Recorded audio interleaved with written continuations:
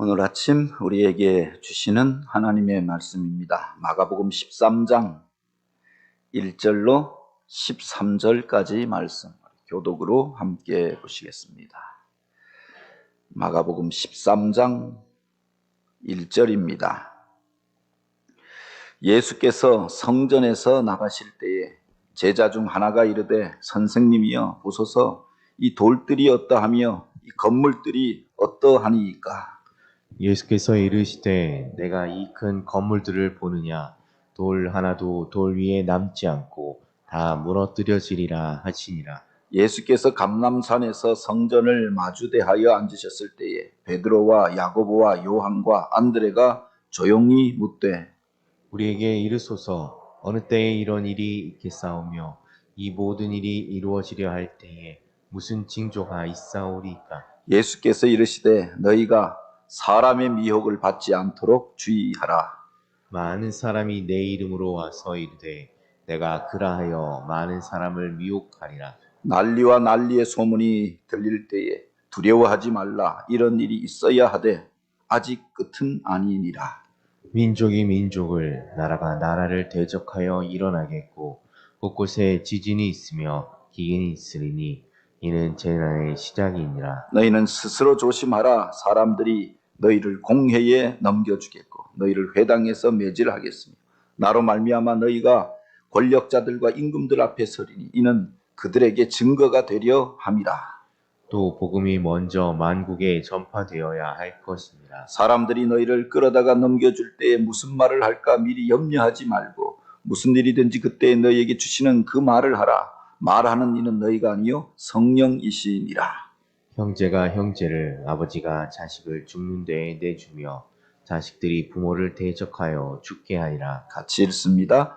또 너희가 내 이름으로 말미암아 모든 사람에게 미움을 받을 것이라.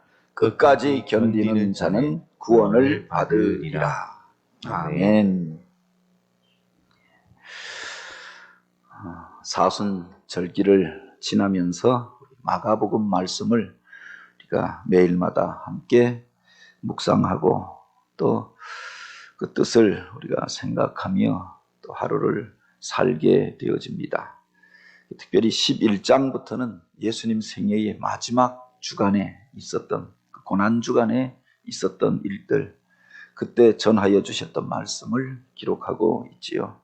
이 13장은 강남산 강화 그렇게 알려져 있습니다. 예수님께서 예루살렘에 입성하신 이후에 그 첫째 날에 예루살렘 성전에 올라가서 성전 정결 사건을 일으키십니다. 주님의 마음과 관심이 성전을 향하고 있었음을 바로 그 마지막 주간에 예수님의 행적을 통해서 보게 됩니다. 먼저 성전에 올라가셨고 매일마다 성전에 올라가 그곳에서 바로 바른 진리에 대하여서 증거하셨고 오늘 본문은 그 성전이 바라다 보이는 감람산 언덕에서 제자들에게 들려주셨던 말씀, 그래서 감람산 강화라고 이야기하지요. 마지막 때에 되어질 일들에 대하여서 교훈하시고 또 예언하여 주셨던 말씀입니다. 주님의 마음이 성전을 향하고 있었고 또 그 성전에 들어가서 정결 사건을 일으키신 것으로 인하여서 예루살렘의 지도자들이 성전 지배 체제를 이루고 있었던 사람들이 예수님을 향하여 대적하고 그리고 또 예수님에게 나와서 논쟁을 벌이고 예수님의 책과 허물을 잡고자 하였습니다. 이 일이 있은 이후에 제자들이 예수님을 향하여 바로 이 질문을 던지게 되었던 거죠. 선생님이여 보소서 이 돌들이 어떠하며 이 건물들이 어떠하니까.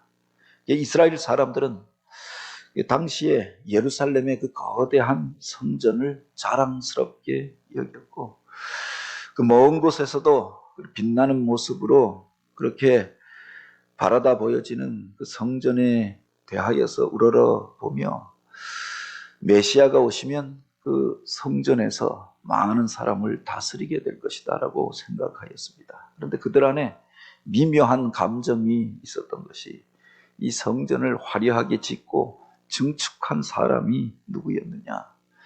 과거에 그 솔로몬 성전은 이미 무너져 버렸고, 그리고 포로기 이후에 스룹바벨이라고 하는 사람을 통하여서 재건되었던 그 성전은 초라하기 이를 데가 없는 것이었습니다. 근데 나중에 헤롯 대왕이 이 로마의 위세를 힘입어서 이스라엘 땅을 지배하게 되어졌을 때, 그가 바로 이 성전을 증축하고 겉에다가 금칠을 하고 화려한 모습으로 바로 이 성전을 건축하게 되어졌던 겁니다. 그런데 이 헤롯 대왕은 이스라엘 사람도 아니었고 유대인도 아니었고 하나님을 신실하게 믿는 사람도 아니었다라고 하는 겁니다.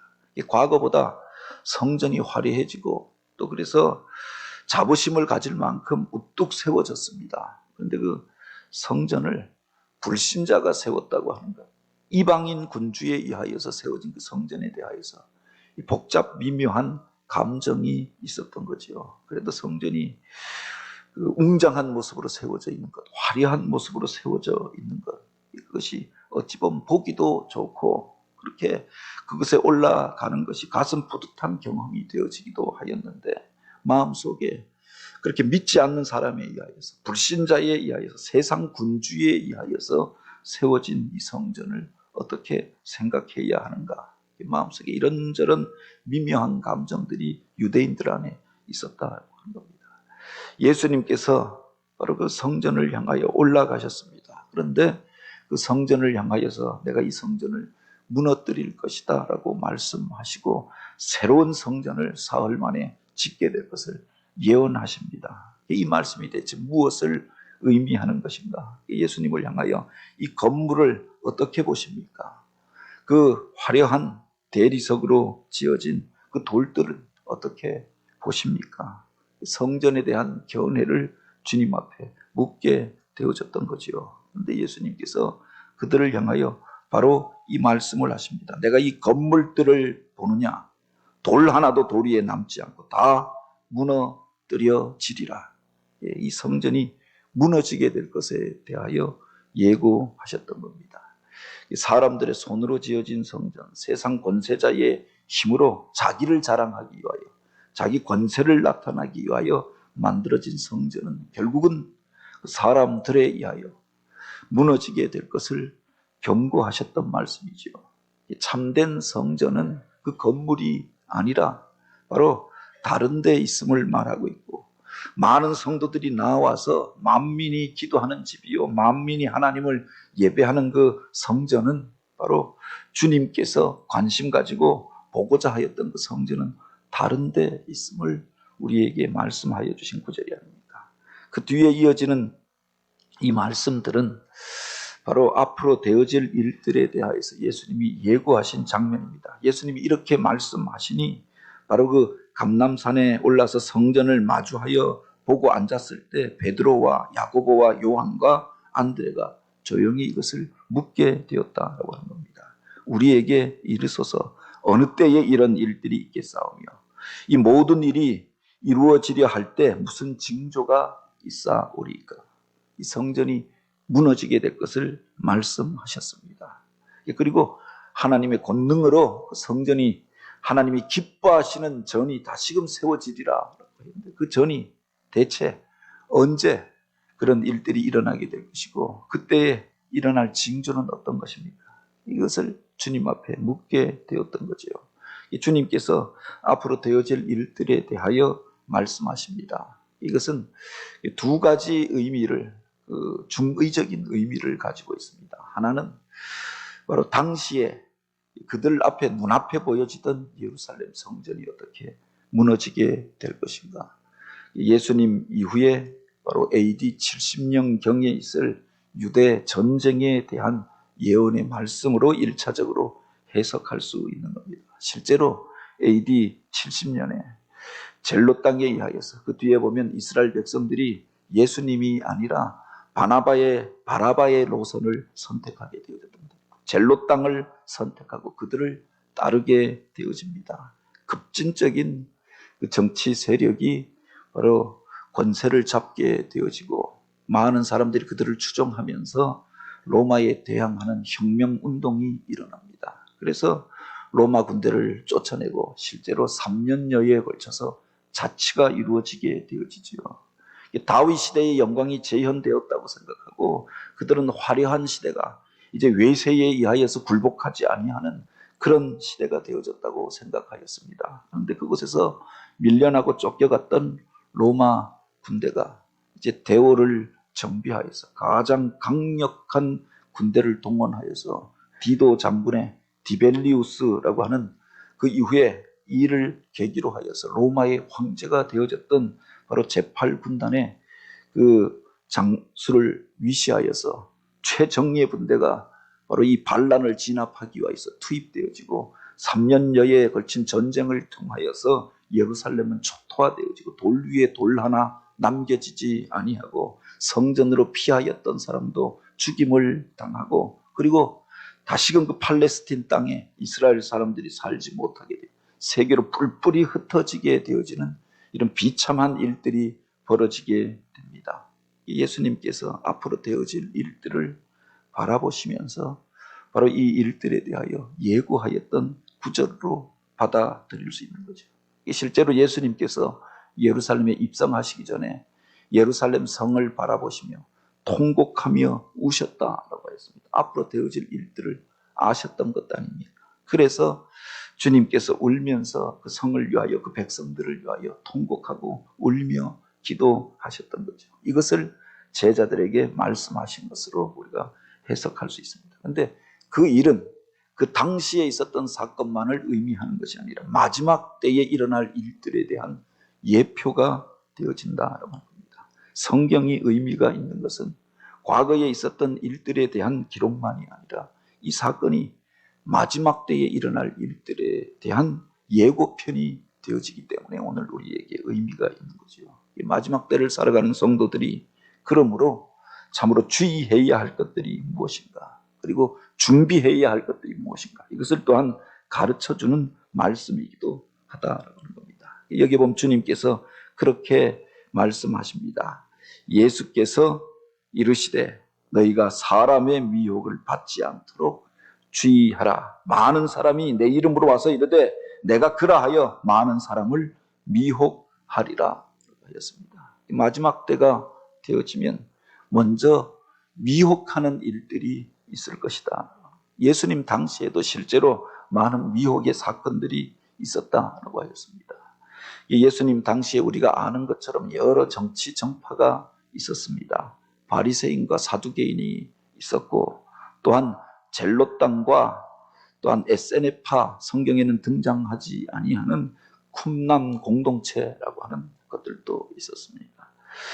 그들이 나름대로 하나님을 믿는다고 하였지만 이런저런 편향과 또 이런저런 그 하나님의 뜻을 벗어나 있는 일들이 있었던 거죠. 그것으로 인하여서 그 세상의 사람들이 만들어낸 사상과 이념을 쫓아가면서 당하게 될 재난에 대하여서 경고하시는 말씀이기도 하고, 그들 가운데 나의 이름으로 와서 내가 메시아라, 내가 하나님이 보낸 구원자라 자칭하는 이들이 일어나게 될 것이다 하였습니다.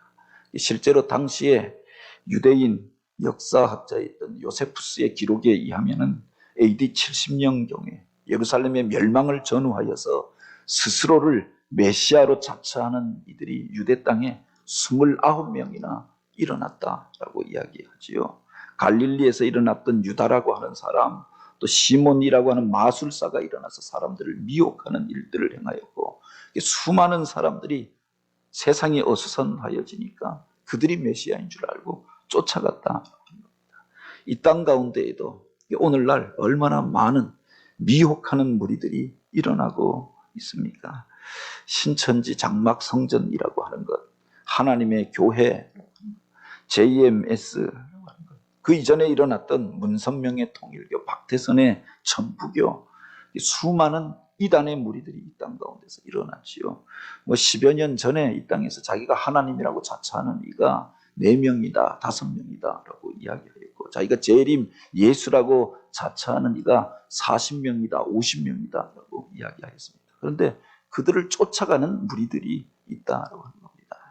미혹에 빠져서, 미혹의 영에 사로잡혀서 그가 진짜 메시아나 되는 것처럼 진짜 하나님이나 되는 것처럼 그를 경배하고 그를 예배하는 이들이 있다고 합니다. 어쩌면 요사이 일어나고 있는 이와 같은 일들 가운데서 우리를 깨우치는 하나님의 음성과 메시지가 담겨져 있지 않습니까? 중국에서 우리나라로 들어온 종교 가운데 무슨 동방번개라고 하는 게 있다 그러죠. 이번에 그 궁동인가 가는데 보니까 거기에는 또 하나님의 무슨 교회, 그래서 안상홍도 아니고 그게 바로 동방번개라고 이야기하더라고요. 그들도 성경 안에서 나오는 어떤 이야기들 그 집어내서 자기가 메시아고 자기에게 그 메시지가 임하였고, 중국에서는 또 그들이 그렇게 그 활개를 치고 다닌다고 하는데 그들을 통하여서 세계 전역으로 이와 같은 또 바이러스가 전염된 것이 아닌가 그렇게 이야기하는 이들도 있습니다. 그 속에 미혹하는 사상이 어떻게 번져가는가라고 하는 것들을 오늘 우리가 보게 되지 않습니다. 마가복음 7장에 보면은 너희가 거짓 선지자를 삼가라. 양의 옷을 입고 너희에게 나오나 속에는 노략질하는 무리라.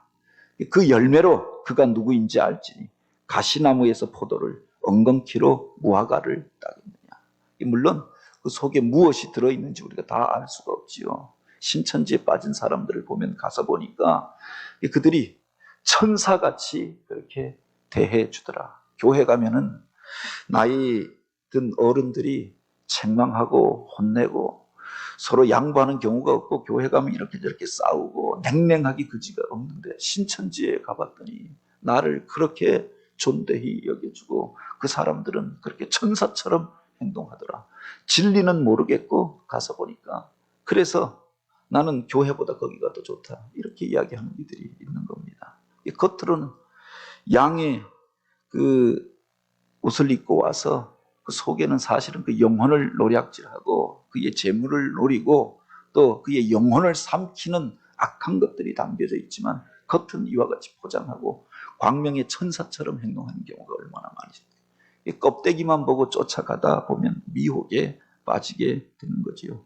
요한 1서 4장에 보면은 요한 사도는 이렇게 이야기합니다. 사랑하는 자들아, 영이라고 너희가 다 믿지 말고 그 영이 하나님께 속하였나 시험하라. 이 땅에 많은 거짓 선지자가 나왔습니다 라고 하였습니다.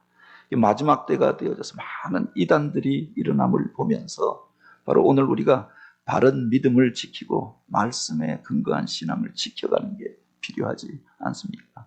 껍데기만 보고 쫓아가다 보면은 미혹에 빠지고 진리를 벗어나서 엉뚱한 길로 갈 수 있기 때문에 마지막 때가 되어질수록 더욱 경성하여 깨어 있어야 하는 거지요.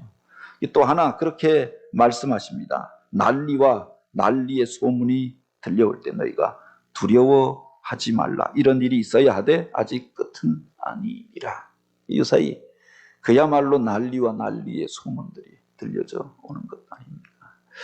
IMF 때보다도 더 힘들었다. 과거의 경제적인 그 위기보다 힘들었다. 미국이나 유럽에서는 2차 세계 대전에 비견할 만하다. 경제적인 위기가 이게 끝이 아니라 사실은 과거에 겪어보지 못하였던 경제 공황이 오게 될 것이다라고도 이야기합니다. 그 속에서 많은 사람들이 두려움을 갖게 되는 것 아닙니까? 목회하는 자도 앞으로 세상이 어떻게 변화되어질 것인가, 여기에 대하여서 바로 준비하지 아니하면 하나님의 교회도 어려움을 당하겠다 생각하는데, 기업을 운영하고 가게를 운영하는 이들의 입장에서 보면 당장 수입이 줄어들고 이런저런 일들의 위기가 닥쳐오게 되면 두려운 마음들을 갖게 되는 것 아닙니까? 아니, 이것만이 아니라 실제적으로 바이러스가 전염되어지고 사람들이 쓰러지고, 과거에는 먼 곳에 있는 사람들 이야기라고 생각하는데 점점 내 이웃에, 내 주변의 사람들이 병원에 입원하게 되고 격리되어지고 이런저런 어려움을 겪는 일들을 보게 될 때 두려운 마음들을 갖게 되는 것. 진짜 종말이 왔는가 보다. 그런데 주님께서는 우리를 향하여 그렇게 이야기하십니다. 그러나 너희가 두려워하지 말라. 이런 일이 있어야 하되 아직 끝은 아니니라. 마지막 때가 되어지면 민족이 민족을, 나라가 나라를 대적하여 일어나겠고 지진과 기근이 있을 것이다. 그것으로 인하여서 경제적인 공황이 오고 사람들이 기근 가운데 헤매이게 될 것이고, 또 그것으로 인하여 나라와 나라가 대적하여 일어나고 싸우고 전쟁하는 일들이, 또 자연적인 재앙이 일어나게 될 것을 말씀하고 있는 거지요. 어찌 보면은 과거에 우리가 이 풍요의 시대를 만들어낼 것이라고 생각하였던 그것이 재앙의 통로가 되어졌던 것들을 보게 됩니다. 세계화라고 해서 세계가 연결되어지잖아요. 그 전까지는 각 나라별로 보호무역을 하다가 나라가 다 연결되어집니다. 중국이라고 하는 나라는 이제 세계를 향하여서 1대1로라고 해서 모든 것들을 자기들을 중심으로 하여서 그 교역로들을 열고 그 문화들을 전파하는 통로로 사용하였습니다. 그 길을 통하여서 사실은 바이러스가 점령되어지고 국경들이 없어진 시대 가운데 모든 나라가 동일한 문제로 인하여서, 과거에는 어느 나라에서 어떤 일들이 있었던 것으로 그쳤는데 이제는 바로 며칠이 지나고 나면은 그 다음 나라로 번져가는 모습들을 보게 되지 않습니까? 세계화의 폐해를 보게 되어지고, 그 속에서 우리가 경제적인 부여를 얻을 것이라고 생각하였는데 한 나라의 문제가 다른 나라의 문제가 되어지며 세계적인 경제 공황으로 번져가는 거죠. 과학기술이 인간을 편리하게 만들 것이라고 하였는데 바로 환경을 파괴하면서 자연 재앙들이 일어나게 되어졌던 겁니다. 그 속에 오늘 우리가 바로 섬뜩한 마음들을 갖게 되어지는 거죠. 그런데 주님께서는 그게 끝이 아니라고 말씀하십니다. 그리고 세상의 것들로 인하여 너희가 두려워하지 말라라고 이야기하시는 거죠. 그리고 우리를 향하여 그 마지막 때에 너희는 스스로 조심하라라고 하였습니다. 특별히 그때 믿음의 사람들에게 박해가 찾아오게 되고 믿는 것들로 인하여 하나님을 예배하는 일들에 어려움을 겪게 될 시대가 오게 될 것을 말씀하셨던 것 아닙니까?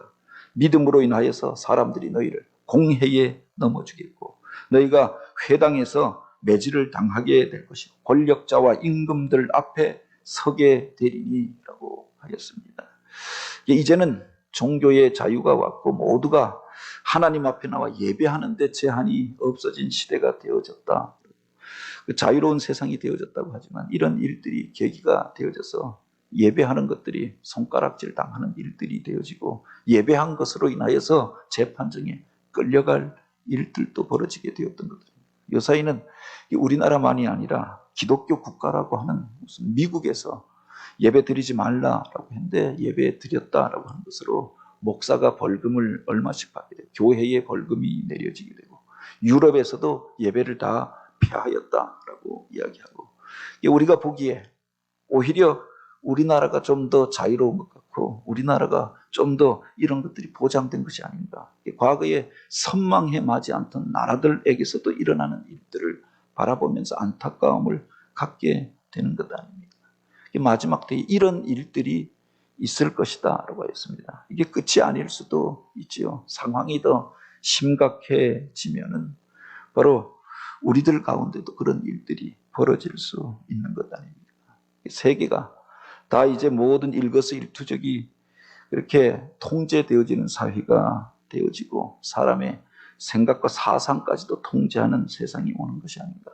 우리가 마지막 때에 대한 두려움을 가져야 하는 거죠. 그런데 바로 그때가 끝이 아니다라고 하였고 재난의 시작에 불과할 것이고 복음이 땅끝까지 전파된 이후에야 끝이 오리라라고 말씀하십니다. 그리고 우리를 향하여 또 너희가 내 이름으로 말미암아 모든 사람에게 미움을 받게 될 것이나 끝까지 견디는 자는 구원을 받으리라. 그 속에 우리를 미혹하는 요소들이 있는 거죠.